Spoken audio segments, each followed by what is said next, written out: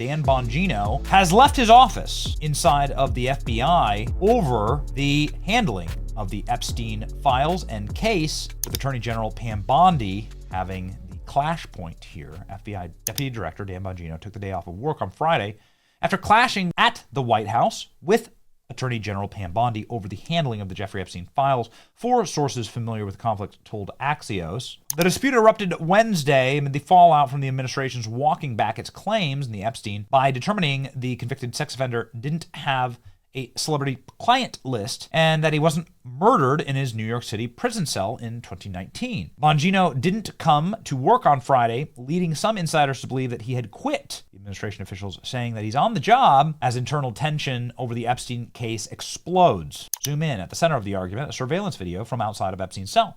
The administration released saying that it was proof that nobody had entered the room before he killed himself. We've broken that down. It's absolute garbage. It's just a matter of fact. It is garbage. It's not true. The video of the cell, it's not outside of Epstein's cell. You can't see even the tear block. It's just an entry to the floor where Epstein was kept. You don't even see the door of Epstein's tier, much less Epstein's door. You don't see anything having to do with Epstein at all. When you actually study the video, I think they weren't counting on people, on autists, studying the video. Bongino, who pushed the Epstein conspiracy theories on his MAGA-friendly podcast before President Trump appointed him to lead the FBI, found the video and touted it publicly as privately as proof that Epstein did not and had not been murdered. That conclusion, shared by FBI Director Kash Patel and other conspiracy theorists turned insiders, angered many Trump MAGA-based criticisms, as Axios first reported and released the video and related memo. After the video's missing minute was discovered, Bongino was blamed internally for the oversight, according to 3 sources. 2 sources familiar with Bongino's position say he was increasingly displeased with Bondi's handling of Epstein. She had publicly overpromised and underdelivered. That's right. That's what I've heard as well.